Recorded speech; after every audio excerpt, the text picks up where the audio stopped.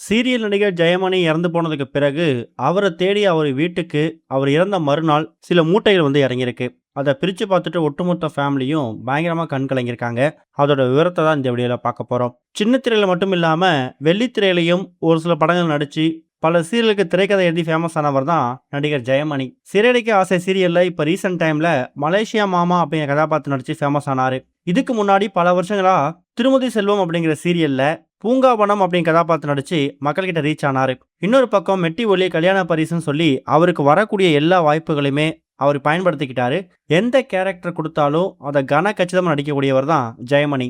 அப்படிப்பட்ட ஜெயமணி அவர்கள் ஒரு பக்கம் நடிகரா மட்டும் இல்லாம இன்னொரு பக்கம் டப்பிங் ஆர்டிஸ்ட்ல ஒரு மெம்பரா இருந்து வந்துட்டு இருக்காரு. இந்த நிலையில கடந்த செவ்வாய்க்கிழமை ஜெயமணி அவர்கள் மாரடைப்பு காரணமா இறந்து போயிட்டாரு.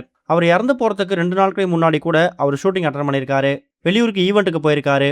அவருக்கு பெண்டிங்ல இருந்த எல்லா விதமான டப்பிங் ஒர்க்கையும் ஸ்டுடியோ போய் முடிச்சு கொடுத்துருக்காரு. இப்போ அவர் இறந்து போனதுக்கு பிறகு அவர் வீட்டுக்கு அவரை தேடி மூட்டைகள் வந்து இறங்கியிருக்கு. அப்படி அவர் மூட்டைகள்ல என்ன வந்து இறங்கியிருக்கு அப்படின்னு பார்க்கும்போது 2-3 நாளைக்கு முன்னாடி ஒரு ஷூட்டிங் போனார்ல, அங்க ஷூட்டிங் போகும்போது அந்த ஷூட்டிங்ல எடுக்கப்பட்ட முக்கியமான சீன்ஸுக்கு எக்கச்சக்கமான காஸ்டியூம்ஸை மாத்திர மாதிரி இருந்திருக்கு. அப்ப காஸ்டியூம்லாம் எடுத்து போட்டுட்டு இவர் போட்டுட்டு போன அந்த காஸ்டியூம் எல்லாத்தையுமே அங்க ஷூட்டிங் ஸ்பாட்ல விட்டு வந்திருக்காரு.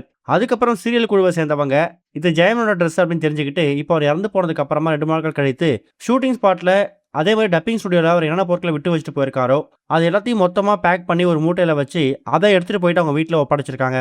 அதை திறந்து பார்த்துட்டு ஒட்டுமொத்த ஃபேமிலியும் இது தான் அப்பா கடைசியா பயன்படுத்தின பொருட்கள் அப்படிங்கிற மாதிரி பயங்கரமா கட்டி தழுவி மகள் அழுதுருக்காங்க.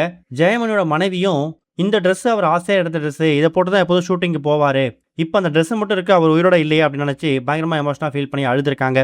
இப்படி சீரியல் செட்லையும் டப்பிங் யூனியன்லையும் எந்த விதமான விஷயங்களும் அறிகுறியும் இல்லாம எப்பவுமே நார்மலா போயிட்டு வந்தவர் இப்படி மாரடைப்பால இறந்து போவார் அப்படிங்கிறத யாருமே எதிர்பார்க்கல.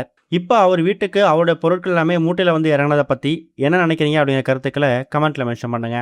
இது ஒரு பக்கம் இருக்க, நடிகர் கவின் இரட்டை குழந்தைகளுக்கு அப்பாவா இருக்காரு அப்படிங்கிற விஷயத்த இப்ப ரீசெண்டா சோசியல் மீடியால ஷேர் பண்ணியிருக்காரு. சில்லத்திரையிலிருந்து வெள்ளித்திரைக்கு வந்த பிரபலங்கள்ல கவின் ஒருத்தவர். பிக் பாஸ் அப்புறம் சரவண மீனாட்சி தான் இவருக்கு ஒரு பெரிய லைஃப் டேர்னிங் பாயிண்டா அமைஞ்சிருக்கு.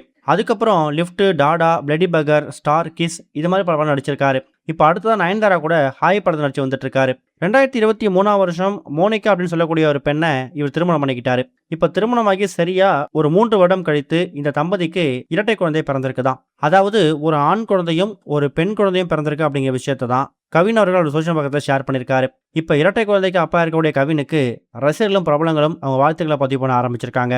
இதுவரைக்கும் கனெக்டிங் டிவிக்கு சப்ஸ்கிரைப் பண்ணனா மறக்காம சப்ஸ்கிரைப் பண்ணிக்கங்க. உடனடி அப்டேட்ஸ் பெறுவதற்கு நோட்டிஃபிகேஷன் பெல்லையும் கிளிக் பண்ணிக்கங்க.